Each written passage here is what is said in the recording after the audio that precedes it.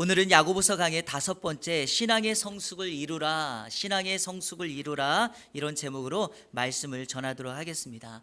지난 주일 시험에 참는 자가 복이 있다라고 하는 정의를 내리며 정말 이 말씀 그대로 이렇게 살아가는 사람들에게 하나님의 복이 임한다라고 말씀을 드렸습니다. 그럼에도 불구하고 시험을 참지 못하고 넘어지는 경우가 우리 주변에는 너무나 많습니다. 그 이유가 무엇인가? 그것은 우리의 마음과 시선을 빼앗고 유혹하는 미끼들 때문입니다. 이 미끼가 너무 많아요. 문제는 그 미끼 안에 우리를 넘어지게 하고 죽이는 바늘이 숨겨져 있다는 것이 가장 큰 문제입니다.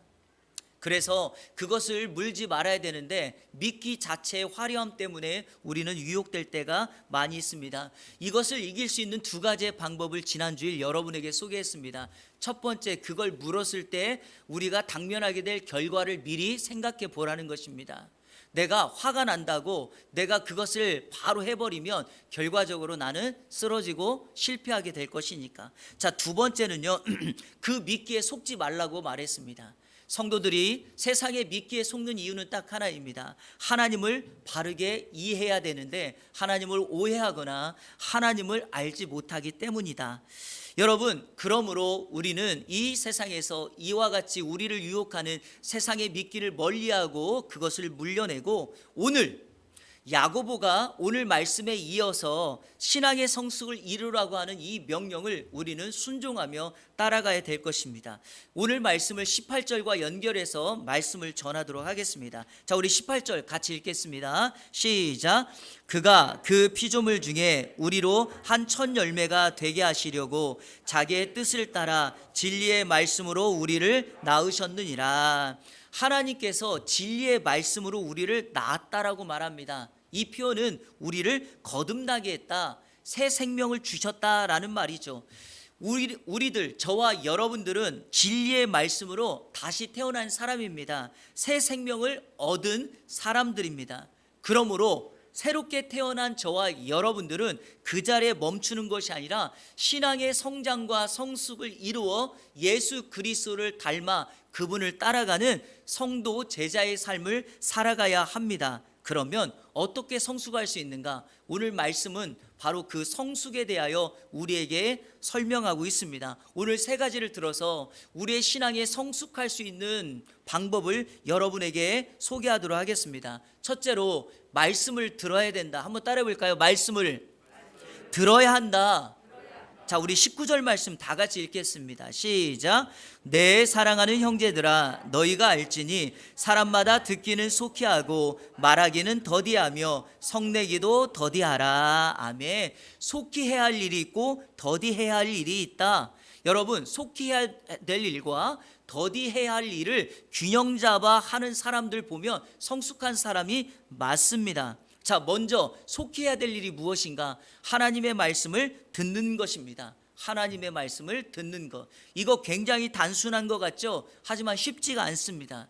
왜냐하면 사람들은요 너무 바빠요. 분주합니다. 그리고 대부분의 사람들이 듣는 일을 어려워하는 것은 말하기를 좋아하기 때문입니다. 사람들은 말하고 싶은 욕구가 강합니다. 하지만 신앙의 성숙을 위해서는요 말하는 것을 더디하고 하나님의 말씀을 먼저 듣는 것이 중요하다라는 것입니다.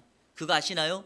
내 말을 멈추고 하나님의 음성을 들으려고 하고 누군가의 음성을 들으려고 하면 그 상대방의 마음과 말이 들려지기 시작합니다.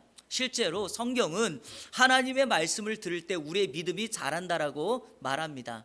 로마서 10장 17절 제가 읽어볼게요. 그러므로 믿음은 들음에서 나며 들음은 그리스도의 말씀으로 말미암았느니라. 그리스도의 말씀, 이 생명의 말씀을 들을 때 우리의 믿음은 자라게 되어 있다라는 것입니다. 그래서 성도는 하나님의 말씀을 지속적으로 들으셔야 됩니다. 여러분들은 말씀을 듣는 일에 열심을 다해야 하고 교회는, 목회자는 성도들이 말씀을 들을 수 있도록 계속해서 기회를 제공하고 말씀을 전하는 일에 최선을 다해야 합니다. 여러분, 새 생명을 가진 자가 말씀을 듣지 않는다면 성장이 멈추겠죠. 자, 한번 상상해 보십시오. 어린아이가 태어났습니다. 그랬는데 자라지 않는 모습 한번 상상해 보십시오. 우리는 그런 아이를 가리켜 병들었다, 질병이 있다라고 말을 합니다. 그러므로 동일하게 영적으로도 저와 여러분들이 새롭게 태어났다면 우리는 자라야 합니다. 베드로전서 2장 2절에서 그 자람을 이렇게 소개합니다. 우리 같이 한번 읽어볼까요? 시작. 갓난 아기들 같이 순전하고 신령한 젖을 사모하라. 이는 그로 말미암아 너희로 구원에 이르도록 자라게 하려 함이라. 아이들이 엄마의 젖을 무는 거 혹시 보신 적 있나요? 땀이요 흠뻑 납니다. 그 생명줄을 아이가 꼭 물어서 그 우유를 먹어 젖을 먹어 자신의 생명을 자라게 하려고 하는 그 열정과 그 모습이 새 생명을 가진 저와 여러분의 모습이어야 된다. 그러면 베드로 사도가 말한 것처럼 구원에 이르도록 우리를 자라게 한다. 성장하고 성숙되게 된다라는 것입니다. 오늘 이번 한 주간 하나님의 말씀을 들어 여러분의 믿음의 신앙의 성장을 이룩하는 우리 예안의 성도들 되시기를 주님의 이름으로 축원합니다. 속해야 될 일이 하나님의 말씀을 듣는 것이라면 더디해야 될 것으로 말하는 것과 성내는 것을 말합니다. 오해하지 말아야 될 것은 말하지 말라 이 말이 아닙니다. 꼭 해야 할 말을 하고 필요한 말을 하라라는 것입니다. 실제로 말을 많이 하다 보면 실수가 잦습니다. 또한 준비되지 않은 말을 할 때 여러분 실수할 때 많이 있지 않습니까? 그래서 어떤 분은요 이렇게 말합니다. 공동체를 이루어갈 때 서로 대화할 때 마음에 스톱워치를 사용하라. 여러분 스톱워치 아시죠? 몇 분 몇 초 재는 거 있잖아요. 얼마나 그 한 사람이 말을 독점하고 얼마나 듣는지를 한번 점검해 보라는 것입니다. 어느 모임에 갈 때마다 말을 독점하는 사람이 있잖아요. 대부분의 사람들은 그 모임에서 그 말을 듣는 것 같지만 별로 좋아하지 않습니다. 물론 예외 경우는 있습니다. 그 사람이 밥을 살 때는 조금 더 들어줘야 하는데 중요한 것은 어떤 모임이든지 누군가가 말하는 것을 독식하면 안 됩니다. 여기 회사 다니시는 분들, 여기 사업하시는 분들, 상사들이 혼자 말을 독식하면 우리는 그 상사들을 속으로 뭐라고 말합니까? 에이 저 꼰대 이렇게 말합니다. 꼰대 되지 않는 우리 예안의 성도들 되기를 축복합니다. 왜 두 분만 아멘을 하시죠?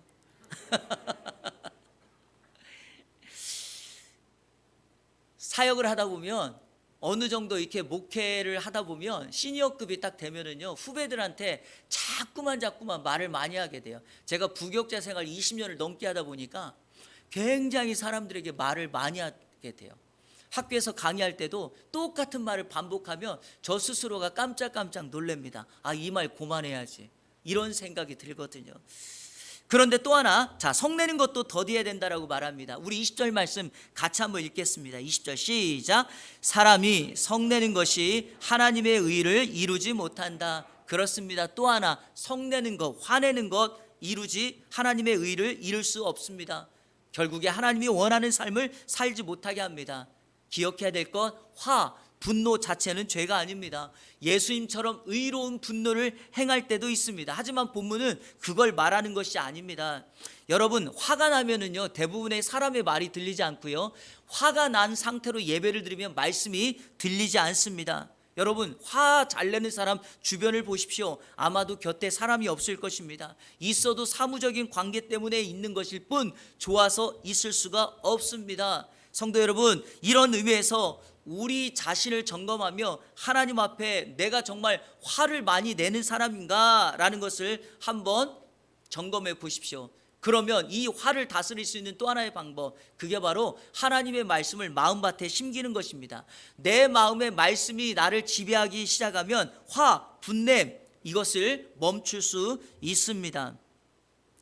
말씀을 듣는다는 것은 사실 말씀의 씨앗이 마음밭에 뿌려진다는 거잖아요. 오늘 제가 여러분들에게 설교하는 것도 여러분의 마음의 밭에 말씀의 씨앗이 뿌려진다는 것입니다. 내 마음에 생명의 씨앗이 움트기 시작하면 내 마음에 나를 지배하는 분노, 이런 거를 멈출 수 있게 됩니다. 간략하게 예수님의 씨 뿌리는 비유를 설명해 보도록 하겠습니다. 4가지의 밭이 나옵니다. 길가, 돌짝, 가시밭, 옥토. 씨는 하나님의 말씀이라 했고 밭은 사람의 마음이라고 했습니다. 자, 길가에 씨앗이 떨어졌더니 새가 와서 먹어버렸다라는 것입니다. 돌짝밭에 씨가 뿌려졌는데 그 돌짝 사이로 살짝 씨가 싹이 났지만 곧 타버려서 열매를 맺지 못합니다. 가시밭에 씨앗이 뿌려졌는데 가시가 씨앗의 움틈을 막아버립니다. 궁극적으로 이 밭들은요, 마음밭에 씨앗이 오랫동안 남을 수가 없습니다. 자, 중요한 것은 이거에 대한 예수님의 해석입니다. 예수님의 해석을 어떻게 하는가? 자, 길가는요, 마음에 말씀의 씨앗이 뿌려졌는데 여러 가지 것들 때문에 사단이 와서 그 말씀을 빼앗아 간다는 것입니다. 성도 여러분, 신앙은 영적 전쟁입니다. 하나님의 말씀을 빼앗기면 안 됩니다. 말씀을 붙잡을 때 그 말씀이 나를 살려내기 때문에 그 말씀이 우리의 생명줄인 줄 알아 영적 전쟁에서 승리하는 여러분이 되어야 합니다. 돌짝밭은 어떤 건가? 기쁨으로 말씀을 아멘 하고 받습니다. 하지만 인생에 찾아오는 고난, 시련, 문제에 쓰러지고 넘어집니다. 말씀이 고난에 무릎 꿇는 경우입니다. 그것도 열매 맺지 못합니다. 가시밭은 어떠합니까? 마음에 생명의 씨앗을 딱 뿌렸는데 세상의 염려가 찾아옵니다. 재물의 유혹이 있습니다. 그것으로 인하여 내 말씀의 씨앗이 열매를 맺지 못한다라고 말합니다. 자, 그러면 중요한 사실은 이것입니다. 말씀을 들었는데도 말씀이 내 마음에 남겨있지 않으면 어떻게 될까요? 그 사람은 다른 사람의 말을 잘 듣지 못하고 성내게 되고 신앙이 자라지 않게 된다. 그래서 우리 주님은 매사에 옥토밭처럼 우리의 마음을 잘 관리하면 우리의 마음이 열매를 맺게 되어 사람의 말을 잘 들어주고 어떤 고난의 문제에도 넘어지지 않고 절대로 분을 내기보다는 겸손함으로 나갈 수 있다. 바로 이것이 오늘 저와 여러분에게 주시는 말씀인 줄로 믿습니다. 여러분, 화라는 걸 가만히 한번 생각해 보세요. 이거 굉장히 순간적 아닙니까? 잘 괜찮다가도 어떤 한마디 말에 확 하고 화를 내는 경우가 많이 있습니다. 혹시 여러분 알렉산더 대왕 아시나요? 더 이상 정복할 땅이 없다라고 말할 정도로 온 세상을 정복한 정복의 영웅이라고 불리우는 사람입니다.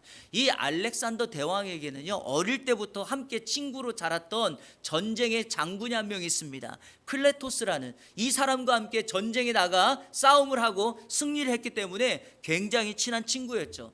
한 번은 이 클레토스가 알렉산더 대왕과 함께 여는 연회 잔치에 이렇게 즐기고 있다가 술을 마신 후에 친구에 대한, 즉 알렉산더에 대한 잠깐의 모욕하는 발언을 한마디를 한 거예요.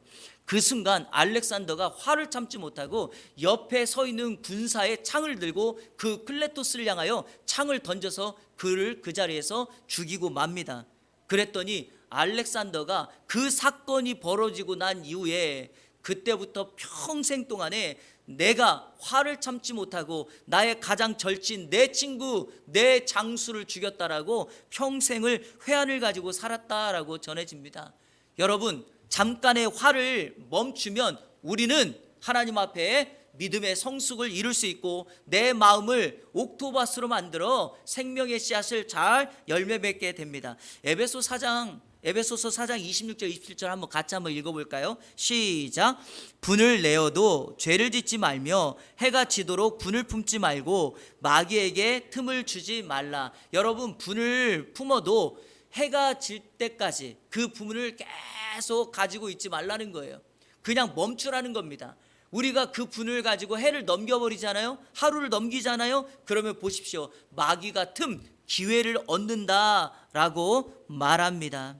자, 이에 대한 야고보의 제안을 한번 들어보도록 하겠습니다. 그게 바로 21절입니다. 어떻게 이 문제를 해결할 수 있는가? 제가 21절 한번 읽어보겠습니다. 그러므로 모든 더러운 것과 넘치는 악을 내버리고 너희 영혼을 능히 구원할 바 마음에 심어진 말씀을 온유함으로 받으라. 이게 바로 비결입니다. 즉 온유함으로 말씀을 받는 겁니다. 온유함으로 살아가는 것입니다. 온유함은요, 내가 힘이 없어서 친절하고 부드럽고 겸손하는 것이 아닙니다. 이 온유함이라고 하는 단어 프라우테스, 이 헬라어는 무슨 의미인가? 힘이 있습니다. 힘을 가지고 있지만 그 힘을 조절한다는 것이죠. 그래서 이 단어를 쓸 때 주로 당시에 썼던 이 문화가 어떤 문화냐? 야생마를 잡아다가 이 조련사가 이 야생마를 길들이는 겁니다. 그냥 막 막 날뛰는 야생마를 훈련시키는 겁니다. 말을 하게 하고 채찍을 때려서 어느 순간에 조련사가 말만 하면 그 힘을 자제하고 자기 자신을 조절하는 것, 이게 바로 온유함입니다. 여러분, 이 온유함이 우리에게 있을 때 우리는 우리의 삶에 나타나는 여러 가지 분노, 그리고 사람의 말을 듣는 문제, 그리고 잘 듣는 것, 이런 것들을 잘 할 수 있게 됩니다. 바라기는 이번 한 주간 온유함이 저와 여러분의 성품이 되어서 이번 한 주간 하나님의 말씀을 들음으로 신앙의 성숙을 이루는 예언의 성도들 되시기를 주님의 이름으로 축원합니다. 둘째, 어떻게 신앙의 성숙을 이룰 수 있는가? 말씀을 행해야 합니다. 아주 단순한 논리죠. 자, 한번 따라 볼까요? 말씀을 행해야 한다. 자, 우리 22절 말씀 다 같이 읽겠습니다. 시작. 너희는 말씀을, 아멘. 신앙의 성숙을 이루기 위해서는 말씀을 들을 뿐만 아니라 말씀을 행하는 자, 즉 실천하고 순종하는 자가 되어야 될 것을 야고보가 강조하고 있습니다. 22절은 이렇게 말합니다. 말씀을 행하는 자가 되어야 하는데 그렇게 하지 않고 듣기만 하면 어떻게 된다? 자신을 속이는 자가 된다라고 말합니다. 이유가 있습니다. 자, 여러분, 말씀을 많이 듣잖아요. 말씀을 많이 듣고 행하지 않으면 스스로가 착각하는 게 있어요. 아, 내가 정말 성장했나 보다, 내가 믿음이 큰가 보다라고 생각하는 경향이 있습니다. 여러분, 말씀을 듣는 건 시작이고 출발점입니다. 내 신앙이 성숙했다는 것은 그 들은 말씀대로 힘들어도 어떤 어려운 상황이 와도 그 말씀을 행하고 순종할 때 내 신앙의 성숙은 드러나게 되어 있다라는 것입니다. 예수님의 강조점을 한번 살펴보도록 하겠습니다. 예수님께서 반복적으로 말씀하신 것 가운데 하나가 바로 이겁니다. 마태복음 7장 24절과 26절 한번 읽어볼게요. 24절 먼저 읽겠습니다. 시작. 그러므로 누구든지 나의 이 말을 듣고 행하는 자는 그 집을 반석에 지은, 여기 보니까 나의 이 말을 듣고 뭐 하는 자? 행하는 자. 여러분, 이 말씀이 바로 산상순의 결론입니다. 천국 백성으로서 천국의 삶을 살아가는 성도들이 어떤 삶을 살아가야 되냐라고 쭉 설명한 다음에 마지막 결론을 이 말씀으로 맺습니다. 다시 말해서 하나님의 말씀을 듣고서 그 말씀을 행하는 사람은 반석 위에 지은 지혜로운 사람과 같다. 이 집이 견고해서 무너지지 않습니다. 그런데 26절 한번 볼까요? 26절 시작. 나의 이 말을 듣고 행하지 아니하는 자는 그 집을 모래 위에 지은 어리석은 사람 같으니. 보십시오, 여러분. 말씀을 듣기만 하고 행하지 않으면 집을 어디에 짓는다? 모래 위에 지은 집과 같다. 여러분, 그냥 볼 때는 화려하고 좋아 보이죠? 하지만 비가 오고 바람이 불고 홍수가 나면 모래에 지은 집은 그대로 무너짐이 심하다라고 말합니다. 말씀을 듣고 행할 때 우리의 신앙의 집은 견고하게 세워질 줄로 믿습니다. 그래서 가끔가다 신앙생활할 때 어떤 성도님들 보면 이런 분들이 있어요. 저렇게 어려운 환경과 시험이 찾아오는데도 자신의 신앙을 묵묵히 지키며 사람에게 찾아가지 아니하고 하나님 앞에 나와서 기도하고 예배하고 은혜를 사모하는 성도들, 그런 성도들을 향하여 이렇게 말합니다. 반석 위에 집을 지었다. 왜 그렇습니까? 결코 세상의 것에 흔들리지 않기 때문이죠. 예수님께서 또 하나 이런 말씀을 하십니다. 누가복음 8장 21절 제가 한번 읽어보겠습니다. 예수께서 대답하여 이르시되 내 어머니와 내 동생들은 곧 하나님의 말씀을 듣고 행하는 이 사람들이라 하시니라. 자, 어떤 사람이 내 가족이냐? 하나님의 영적인 패밀리가 누굽니까?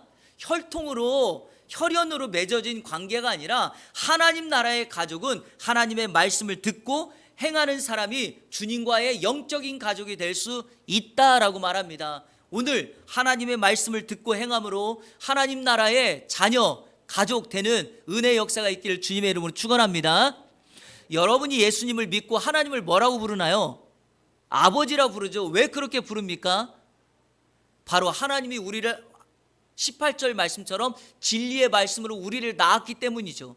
그렇다면 그 하나님을 온전히 아버지 되심으로 내가 고백하려면 방법은 딱 하나입니다. 그분이 오늘 우리에게 말씀하시는 말씀을 듣고 뭐 하는 거죠? 행하는 것입니다. 만약에 말씀을 들었는데도 행하지 않으면 스스로를 속이고, 오늘 야고보는 그 모습을 이와 같은 이미지로 설명합니다. 23절 24절, 누구든지 말씀을 듣고 행하지 아니하면 그는 거울로 자기의 생긴 얼굴을 보는 사람과 같아서 제 자신을 보고 가서 그 모습이 어떠했는지를 곧 잊어버리거니와. 이거는 여러 가지로 설명할 수 있겠지만 간단히 이렇게 한번 설명해 보겠습니다. 제가 오늘 제 방에서 이곳에 나올 때 최종적으로 보고 나온 게 거울입니다. 왜 거울을 보고 나왔을까요? 넥타이가 바르게 매어졌는가? 머리가 흐트러지지는 않았는가? 다시 말해서 거울을 본다는 것은 자신의 모습의 어떤 잘못된 부분을 고치는 겁니다. 자, 보십시오. 거울에서 내 얼굴에 검은 것이 묻었습니다. 그런데도 그냥 나옵니까? 그런 사람은 뭐라고 말하는가? 말씀을 들었는데 행하지 않는 사람과 같고, 거울을 보고 얼굴에 뭐가 묻은 것을 잊어버리는 사람 같다라고 그대로 설명하고 있습니다. 여기 거울을 본다라고 할 때 본다가 그냥 우리가 시선으로 본다는 말이 아니라 지각한다, 깨닫다라는 것입니다. 나 지금 얼굴에 뭐가 묻었어라고 인식하면 그거 닦아내야 합니다. 흐트러지시면 바로 매야 합니다. 그래야지만 내 자신이 하나님 앞에 바른 모습으로 설 수 있게 됩니다. 성도 여러분, 우리가 바로 말씀의 거울 앞에 날마다 나 자신을 비추고 서야 합니다. 그럴 때 우리의 신앙은 회복하는 일이 있게 되고, 25절 말씀처럼 자유롭게 하는 온전한 율법을 들여다보고 있는 자는 듣고 잊어버리는 자가 아니요 실천하는 자니 이 사람은 그 행하는 일에 복을 받으리라. 저는 이 말씀이 참 좋습니다. 왜냐? 말씀을 듣고 잊어버리지 않고 실천하고 행하면 하나님의 복이 우리에게 임한다라고 말하기 때문이죠. 저는 이 복을 담임 목사로서 우리 이 안에 모든 성도님들이 받아 누리게 되기를 주님의 이름으로 축원합니다. 성도는 은혜 받은 만큼 자라고 은혜 받은 만큼 서게 되어 있습니다. 그리고 순종하는 만큼, 하나님의 말씀을 행하는 만큼 열매를 맺게 되어 있습니다. 예수님께서 공생의 첫 번째로 행하신 기적이 바로 가나 혼인잔치의 기적이었습니다. 혼인잔치에 포도주가 떨어졌으니 이 혼인잔치는 낭패가 되었습니다. 예수님께서 하인들에게 이렇게 명하죠. 항아리에 있는 곳에 물을 가득 채우라.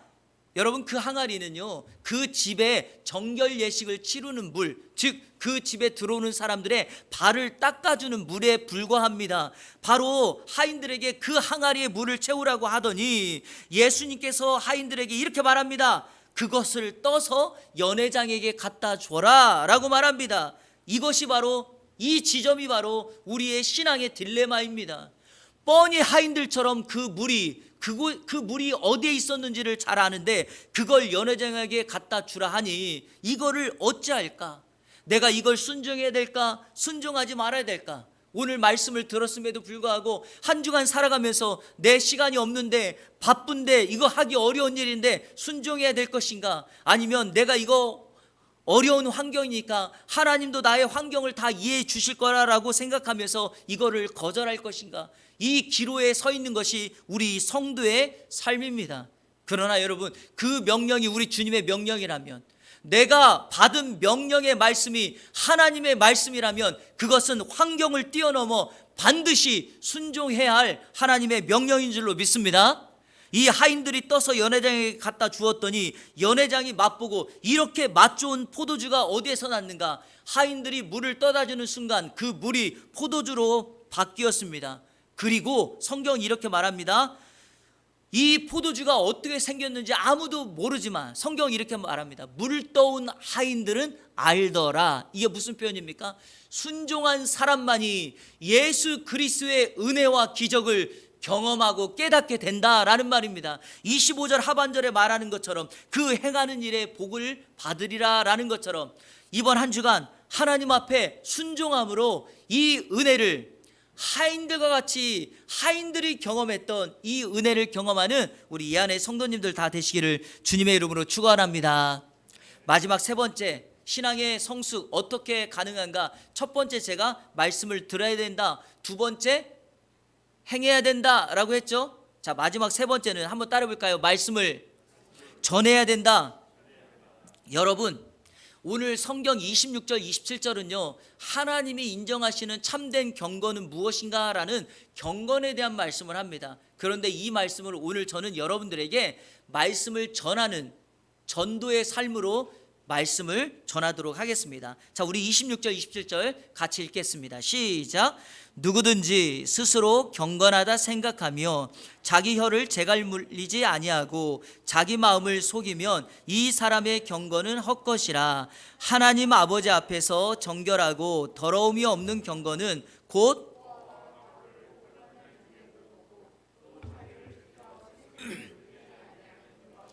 아멘. 야고보가 참된 경건으로 말하는 세 가지는 이겁니다. 첫째, 자기 혀를 재갈 물리는 것, 그러니까 말을 함부로 하지 않는 것이라고 말하고요.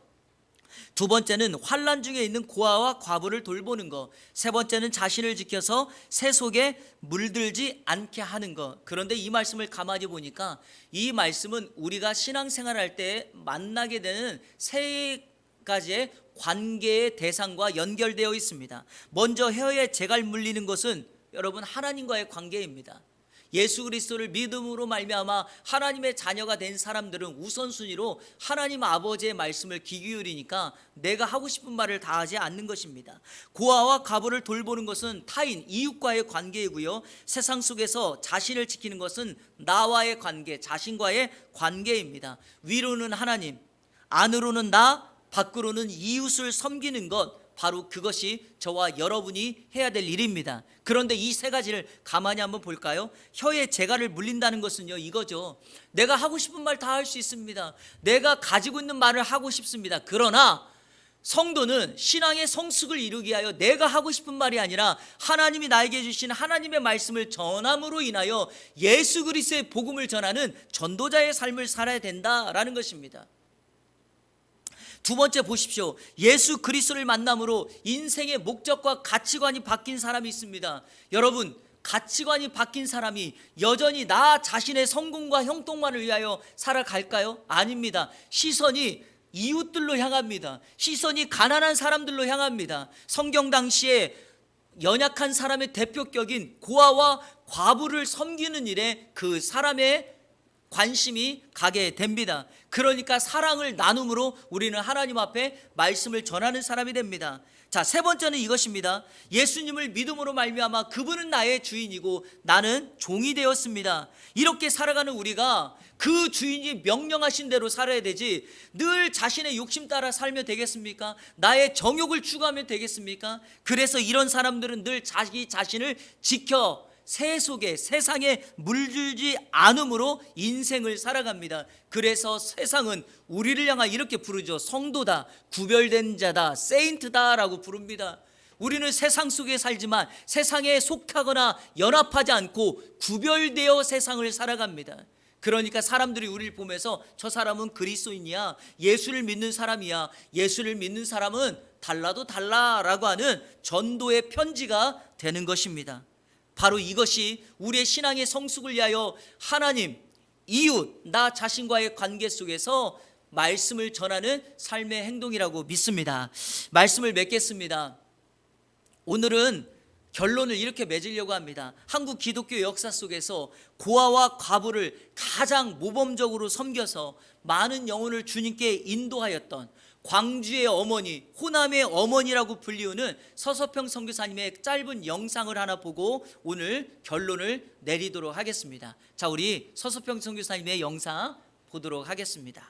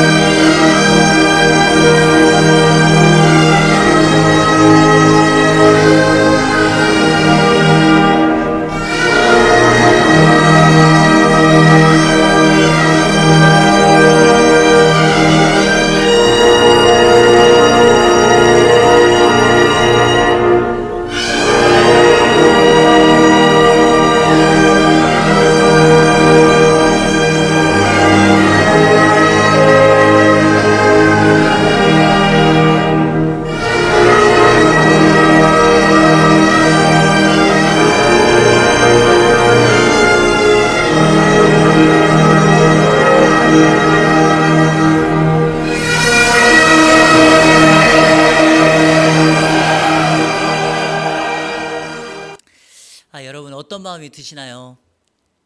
주님께 받은 사랑과 은혜가 너무 커서 이 땅에 선교사로 와서 자신의 모든 것을 내어주었던 서서평 선교사, 그의 삶을 가만히 보면은요, 예수의 삶입니다.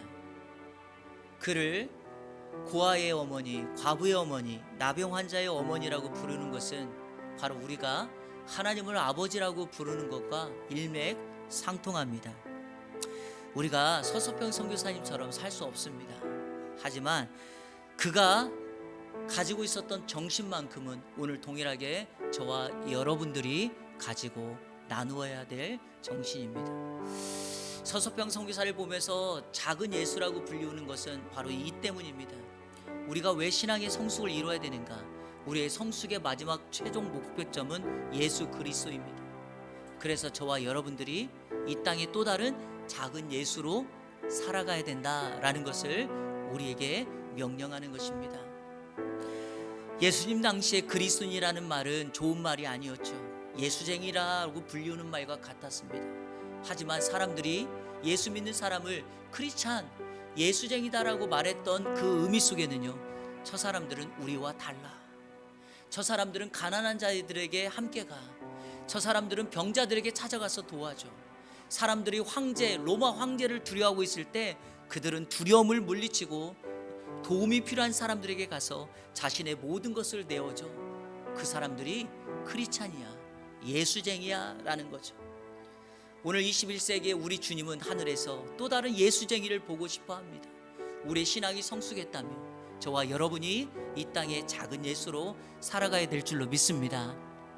이번 한 주가 이렇게 작은 예수로 한 가지라도 나누고 실천하며 섬기는 저와 여러분 되어서 주님 앞에 칭찬받고 그 행하는 자는 그 행하는 일에 복을 받으리라 라고 약속했던 것처럼 이 하늘의 복을 경험하는 저와 여러분 다 되시기를 주님의 이름으로 축원합니다.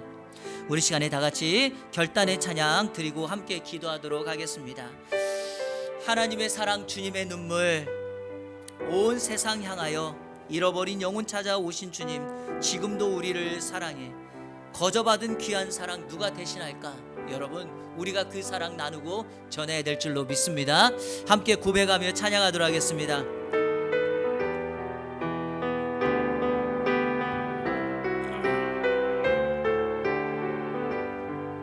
하나님의 사랑, 하나님의 사랑, 주님의 눈물, 온 세상이 마여 잃어버린 영혼 찾아 오신 주님, 지금도 우리를 사랑해. 2000년 전 하늘 보자 버리고 이 땅에 오신 주, 하나님 어린 양 되사 생명 주며 이를 증거하라 하시네. 나는 믿네 거저받은 귀한 사랑,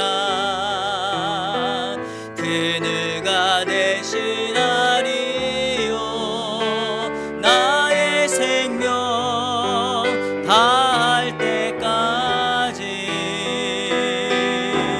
그 사랑을 전하리라. 우리 처음부터 다시 한번 고백합니다. 하나님의 사랑, 주님의 눈물, 온 세상이 마여 잃어버린 영혼 찾아 오신 주님, 지금도 우리를 사랑해. 2000년 전 하늘 보자 버리고 이 땅에 오신 주, 하나님 어린 양 되사 생명 주며 이를 증거하라 하시네.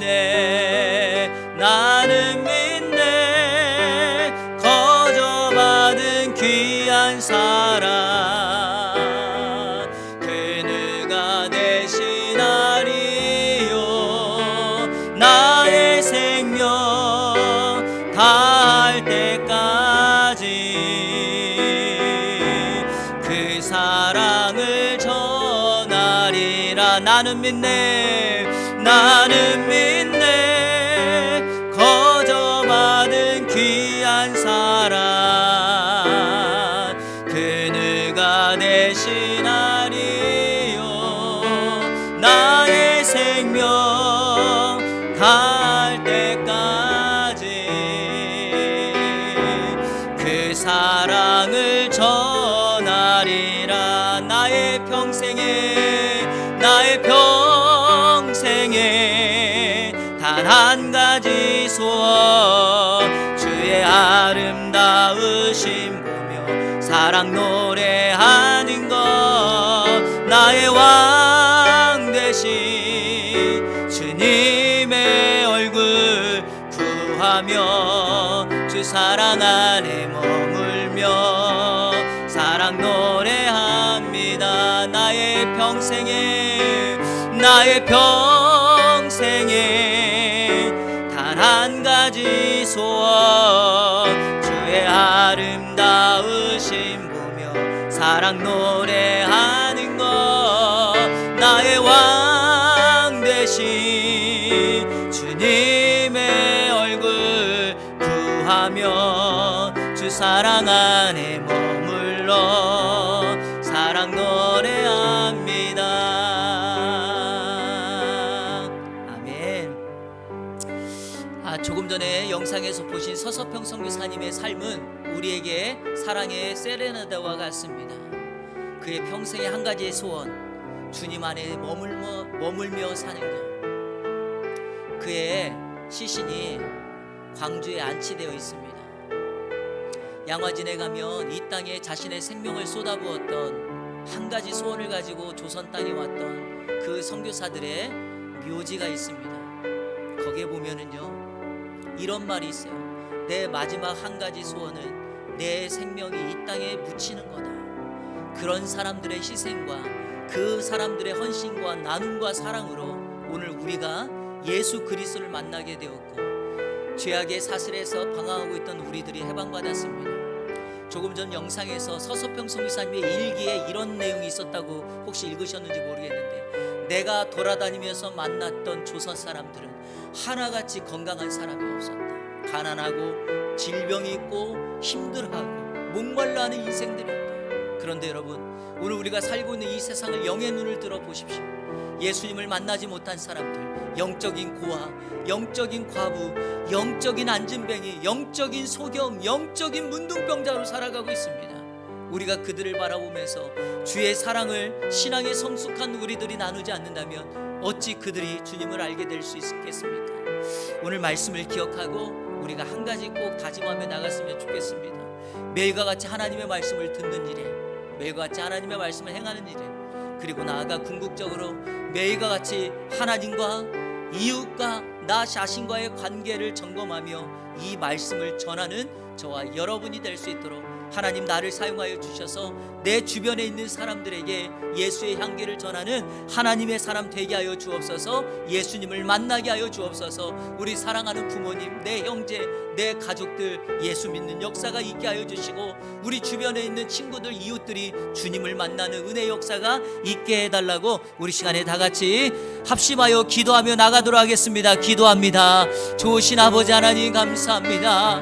우리의 평생의 한 가지 소원, 주님 안에 살면서도 우리가 주님 앞에 서야 될 그날을 바라보면서도 세상의 것에 마음 빼앗기지 않게 하여 주시고, 우리 주님께서 우리에게 허락하신 가정과 물질과 시간과 은사와 달란트를 가지고 이웃들을 섬겨나갈 수 있는 우리의 삶이 될 수 있도록 인도하여 주시옵소서.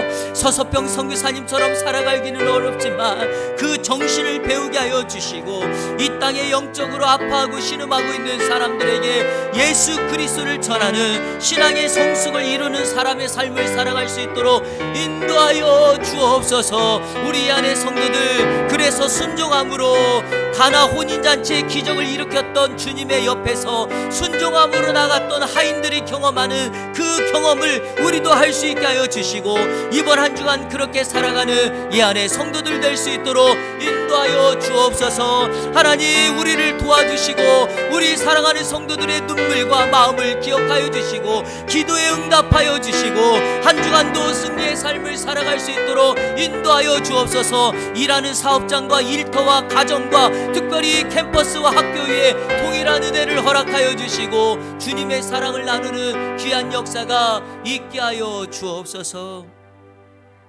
하나님 아버지, 감사합니다. 오늘 말씀을 듣고 신앙의 성숙, 즉 예수 그리스도를 닮은 자 되어서 우리 또한 예수 그리스도를 만방에 전하는 사람 되게 하여 주옵소서. 우리의 말이, 우리의 삶이, 그리고 우리의 행동 하나하나가 복음의 전도지가 되어서 복음이 필요하고 세상에서 방황하고 아파하고 신음하는 그 영혼들에게 동일하게 예수 그리스도의 사랑을 전하는 그 삶을 살아갈 수 있도록 인도하여 주옵소서. 예수 그리스도의 이름으로 축복하며 기도하옵나이다. 아멘.